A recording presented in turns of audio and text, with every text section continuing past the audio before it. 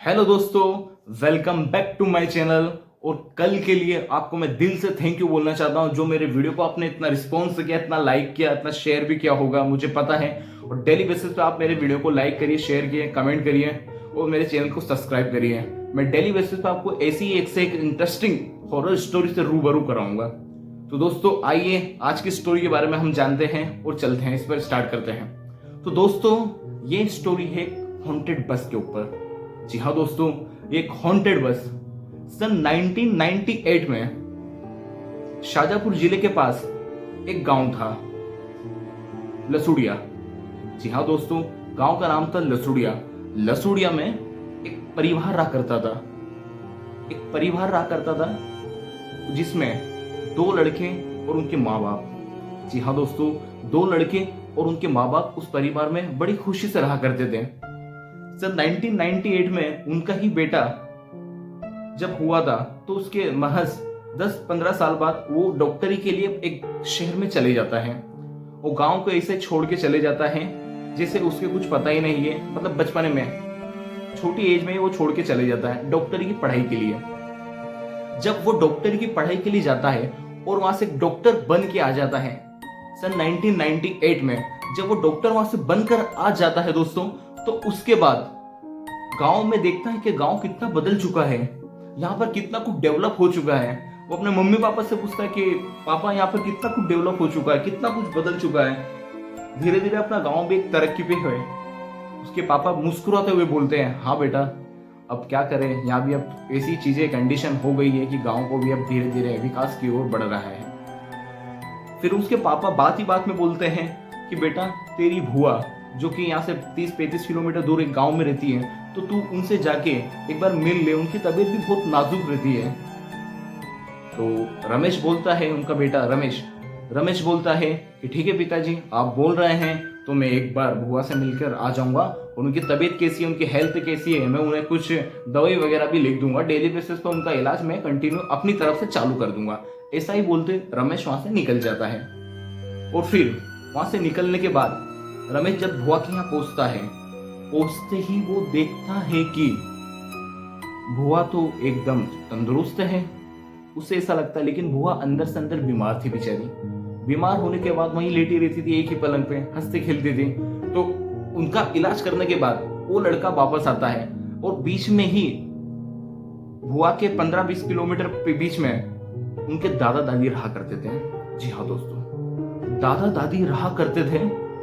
दादा दादी के पास भी मिलता है तो उसे रात हो जाती है। रात की करीबन 10-11 बज जाते हैं। अब आप लोगों को तो पता ही है, गांव में रात का समय 10-11 एक तरह की बहुत ज्यादा रात हो जाती है।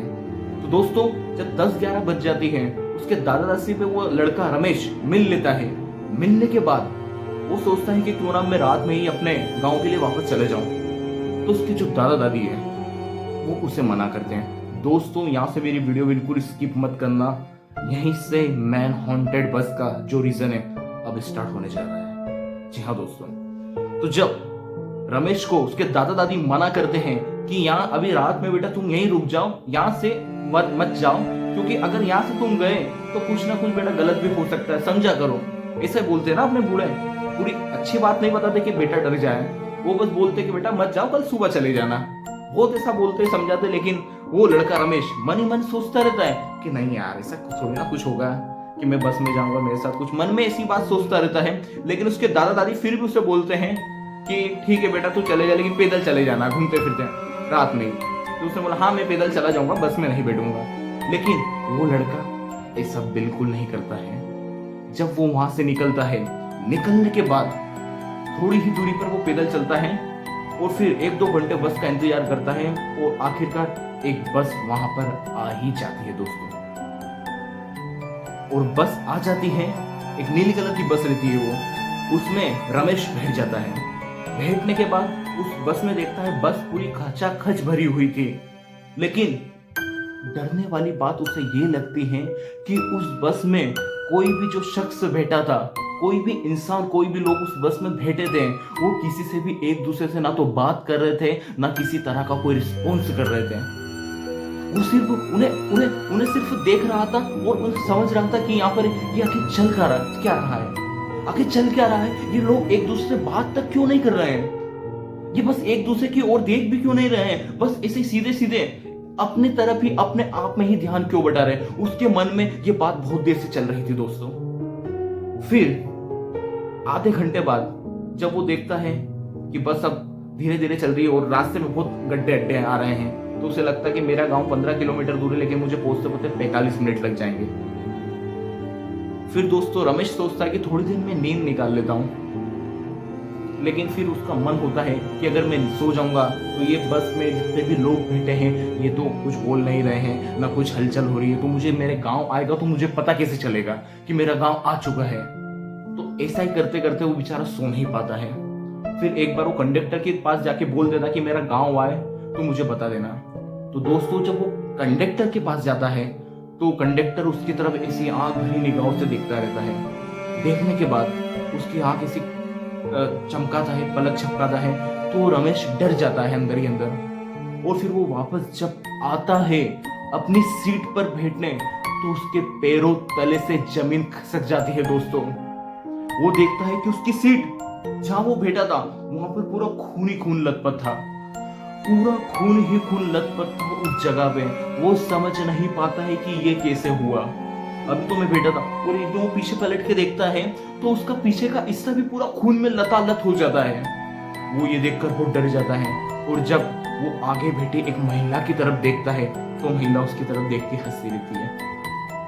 उसकी तरफ देखकर दोस्तों हंसती रहती, मेरे रोंगटे खड़े हो रहे हैं मुझे बताते हुए कि उसकी तरफ वो महिला देखते हुए हंसती रहती है। फिर भी वो लड़का हिम्मत करके अपनी सीट पर बैठ जाता है। फिर वो दूसरे की ओर देखता है तो उसकी तरफ सब देख के हंसते रहते हैं। और फिर वो जोर से चिल्ला के कंडक्टर को बोलता है, कंडक्टर मुझे मेरा गांव उससे पहले मुझे जल्दी उतार देना। तो कंडक्टर भी कोई रिस्पॉन्स नहीं करता, उसे देखकर वो हंसता रहता है दोस्तों। और जब थोड़ी दूरी पर वो बस से उतरता है, स्पीड वाली चलती बस में से वो लड़का रमेश उतर जाता है दोस्तों। उतरने के बाद एक ट्रैक्टर वहां से गुजर रहा होता है। ट्रैक्टर में बैठता है हड़कंप से कि सर मुझे बिठा लीजिए, मेरे इस बस में कुछ मुझे ऐसा दिखा। तो घबरा के उस ट्रैक्टर वाले को सारी बात बताता है। तो उस ट्रैक्टर वाले ने उसे जो बात बताई थी दोस्तों, वो सुनकर भी आपके होश उड़ जाएंगे। ट्रैक्टर वाले ने वो बात बताई कि बेटा तू एक ऐसा इंसान बचा है जो कि पहली बार इस बस में से उतरा है और जिंदा लौटकर अपने घर जा रहा है। इससे पहले कभी ऐसा नहीं हुआ कि कोई भी इस बस में अगर बैठा है तो जिंदा है, क्योंकि उस बस में जितने भी लोग होंगे वो सभी हंस रहे होंगे और वो मरा हुआ शरीर होगा। वो बस ये हॉन्टेड बस है। जिस बस से तू उतरा है वो बस तेरे लिए एक तरह का एक मौत के जरिए से तू निकला है, वहां से बच गए। और शुक्र माना कि तेरी जिंदगी वहां से एक तरह से बच के आई है। तो वो लड़का जब सोचता है कि मेरे दादा दादी मुझे क्यों मना कर रहे थे, इस ही रीजन के लिए वो मना कर रहे थे कि बेटा तू पैदल चले जाना या फिर कल सुबह चले जाना। यही बात थी दोस्तों। और फिर रमेश अपने घर जाता है और ये बात अपने मम्मी पापा को बताता है। उसके मम्मी पापा बहुत घबरा जाते थे, बेटा इसलिए हम तेरे को मना कर रहे थे जाने के लिए। यही बात थी दोस्तों। और रमेश फिर वहां से अपने मम्मी पापा को लेकर ही शहर शिफ्ट हो जाता है दोस्तों। उम्मीद करता हूँ दोस्तों कि मेरी ये हॉन्टेड बस वाली जो स्क्रिप्ट है ऐसा मत समझिएगा, ये स्क्रिप्ट नहीं है, रियल स्टोरी है 2000 और 1998 की। उम्मीद करता हूँ आप लोगों को अच्छी लगी होगी दोस्तों। थैंक यू सो मच मेरे वीडियो को देखने के लिए और मुझे सब्सक्राइब करें, फॉलो करिए and thank you so much.